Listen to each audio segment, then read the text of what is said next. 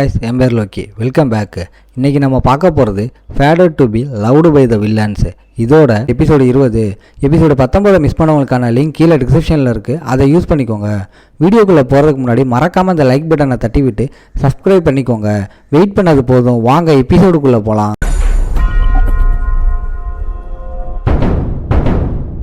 எபிசோட ஸ்டார்டிங்லேயே கேட்டுக்கு உள்ள ஒரு டார்க் பப்பிள்ஸ் கையோட ஒரு ஸ்பேஸ் இருக்கு. எங்க பார்த்தாலும் ஏகப்பட்ட பெரிய பாறைங்க காத்துல மிதக்குது. அதுல ஒரு பாறை மேலதான் நம்மளும் எலிஜாவும் நிக்கிறாங்க. நமக்கு நிறைய டைம் இல்லை, இதுதான் இன்டர்ரியல் ஸ்பேஸ், எதையும் தொடாத, அது ரொம்ப டேஞ்சர்னு நம்மளால வார்னிங் கொடுக்குறான். அப்புறம் நம்மளால பாறையிலிருந்து சட்டுன்னு குதிக்கிறான். பார்த்து ஜர்க்கான எலிஜா டட் என்னடா பண்றேன்னு கத்துறா. நம்மளால கீழே குதிக்கும் போதே எக்ஸ்பிளைன் பண்றான், பயப்படாத, இங்கே கிராவிட்டி ரொம்ப அன்ஸ்டேபிளாக இருக்கும், எப்படி இருந்தாலும் நாம் இன்னும் கொஞ்சம் மேலே போகணும். கீழே இருந்த எலிஜாவுக்கு இந்த அன்ஸ்டேபிளான இடத்துல நம்மளால ஏன் இவ்வளோ ரிஸ்க் எடுக்கிறான்னு செம்ம கியூரியாசிட்டியாக நீ எதை தேடிக்கிட்டு இருக்கன்னு கேட்குறா. இதுக்கு ரிப்ளை பண்ணுற நம்ம ஆள் பெருசாக எதுவும் எக்ஸ்பிளைன் பண்ணலை. ஒரு ஸ்மைலை போட்டுட்டு நீயே பாப்ப, சும்மா குதி, அந்த பாறை பின்னாடி தள்ளப்படுது, உனக்கு என்ன லூசா, கீழே விழுந்தா நீ செத்துடுவரான்னு எலிஜா கத்துறா. இருந்தாலும் நம்மால அவளை என்கரேஜ் பண்றான், நாம சாக மாட்டோம், சும்மா குதி. கேட்டதும் எலிஜா பல்ல கடிச்சுக்கிட்டு நம்ம ஆளை நம்பி சொன்ன மாதிரியே குதிக்கிறா. ஆனா ரிசல்ட் என்னடானா அவன் நேரா கீழே விழுந்துகிட்டு இருக்கா. இது எலிஜாவை அப்படியே பேனிக் ஆக்கிடுது. ஏன்னா நம்ம ஆளு சொன்னதுக்கும் இப்ப நடக்கிறதுக்கும் சம்பந்தமே இல்லையே. ஐயோ, நான் கீழே விழுந்துகிட்டு இருக்கேனே. பயத்தில் இருக்கும்போது ஒரு இமேஜ் சட்டுன்னு எலிஜாவோட மைண்டில் ஃப்ளாஷ் ஆகுது. சுத்தி ஒரே நெருப்பு, ரத்தக்கரை படிஞ்ச நைட் கிளாத், கையில் ஒரு வெப்பனோட குட்டி எலிஜா பயத்தில் நடுங்கிட்டு இருக்கா.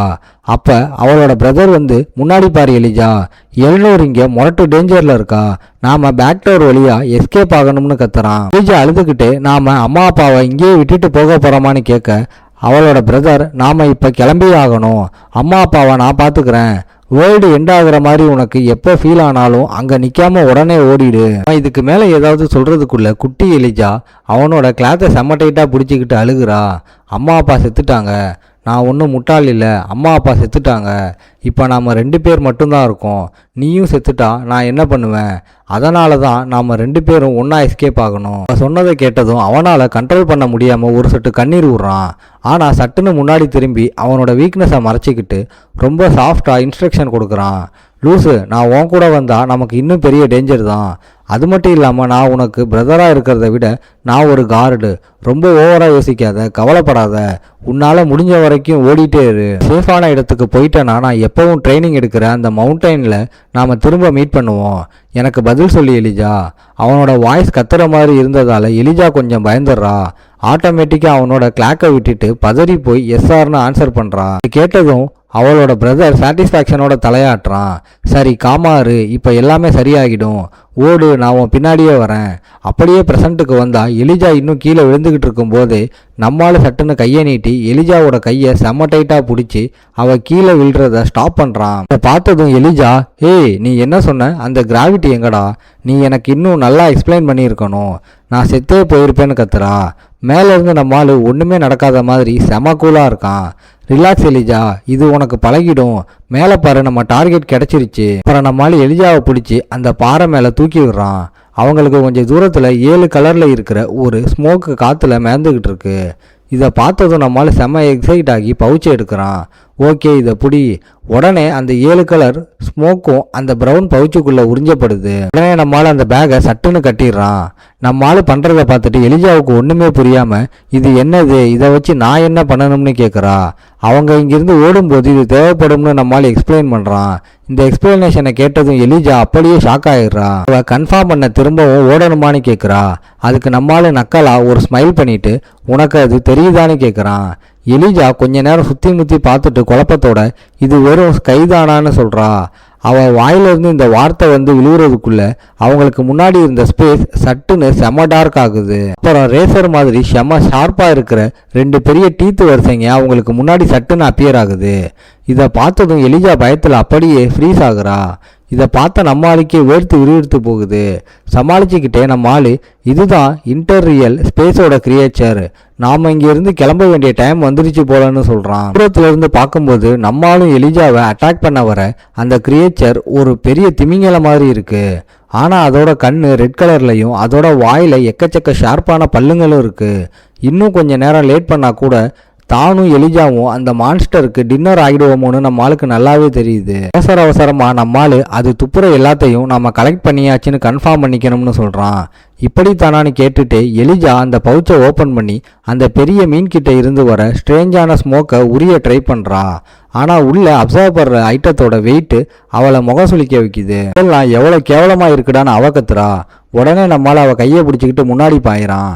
அவங்களுக்கு பின்னாடி அந்த பெரிய மீன் 2 பேரையும் ஒரே வாயில முழுங்குற மாதிரி அவ்வளோ பெரிய வாயை திறக்குது. அந்த ரேசர் பல்லுங்க மூடுறதுக்குள்ள நம்மளும் எலிஜாவும் ஒரு ஸ்பேஷியல் கேட்டு வழியா நுழைஞ்சி அந்த பப்பிள்ஸ் கையில இருந்து எஸ்கேப் ஆகி சேஃபா தரைக்கு வந்துடுறாங்க. சாவோட எஜ்ஜி வரைக்கும் போனது நம்ம ஆளுக்கு அப்படியே வேர்த்து விறுவிறுத்து போகுது. நான் கால்குலேட் பண்ண மாதிரியே அந்த கார்டோட டியூரேஷனுக்கு பர்ஃபெக்டாக டைம் மேட்ச் ஆகிடுச்சுன்னு நம்மளால மைண்டில் நினச்சிக்கிட்டு, ஏய் எலிஜா நீ ஓகேவா, உனக்கு எங்காவது அடிபட்டிருக்கான்னு கேட்குறான். எலிஜா உடனே எந்த பதிலும் சொல்லலை. அதுக்கு பதிலாக கண்ணில் செம்ம கோவத்தோட நம்மளால கையில இருந்து அவளோட கையை வெடுக்குன்னு இழுத்துக்கிறா.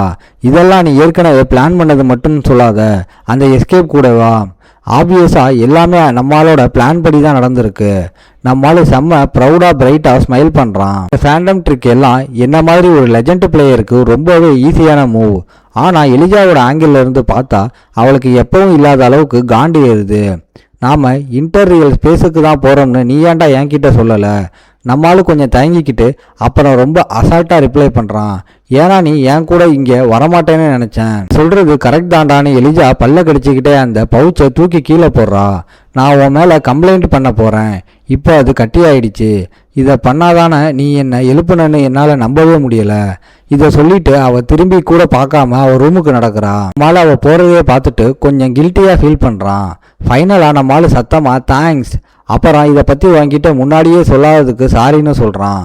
ஆனால் நம்மளால பேசி முடிக்கிறதுக்குள்ள எலிஜாவோட ஃபேவரபிலிட்டி ஸ்பீடாக இன்க்ரீஸ் ஆகிடுச்சின்னு சிஸ்டம் நோட்டிஃபிகேஷன் காட்டுது. இப்போ அது கன்சர்ன் லெவல் 4க்கு போயிருச்சு. நம்மளால அப்படியே பிளாங்காக வெடிச்சு பார்க்குறான். வெயிட், என் மேலே அவளுக்கு இருக்கிற ஒப்பீனியன் குறையும்னு நினச்சேன். ஆனால் இது செம்மையாக ஏறி இருக்கே. இங்கே என்ன எலவுடா நடக்குது? நம்மளால செம்ம குழப்பத்தில் யோசிச்சுட்டு இருக்கும்போது எலிஜா அவளோட மெமரியில மூழ்கிறா. நம்மளால அவ கையை பிடிச்சி அவ்வளோ கான்ஃபிடென்ட்டா அந்த மான்ஸ்டர் வாயில இருந்து அவளை இழுத்த அந்த நிமிஷம் அவளோட ஹார்ட் ஆட்டோமேட்டிக்கா ஸ்பீடா துடிக்குது. சீன் அப்படியே ஹெட்மிஸ்டர்ஸ் அட்லாண்டா கிட்ட கட் ஆகுது. அவங்க இப்போதான் எக்ஸசைஸ் பண்ணி முடிச்ச மாதிரி உடம்பு முழுக்க வேர்த்து விறுவிறுத்து இருக்கு. அவங்க முடிய கட்டிக்கிட்டே முன்னாடி நிற்கிற ஒருத்தங்கிட்ட, ஏய் நான் நினைச்ச ஐட்டம் இதுதானான்னு கேட்குறாங்க. கேட்டதும் ஆப்போசிட்ல நிற்கிறவன், நீங்க என்ன நினைக்கிறீங்கன்னு எனக்கு தெரியல, ஆனா இதுதான் ஸ்பிரிச்சுவல் என்டிட்டின்னு ரிப்ளை பண்றான். அட்லாண்டா உடனே ஏதோ ரியலைஸ் பண்ணிட்டு, அப்போ நீ இன்டர்ஸ்பேஸில் அதை யூஸ் பண்ணிட்டு இருந்தியான்னு கேட்குறாங்க.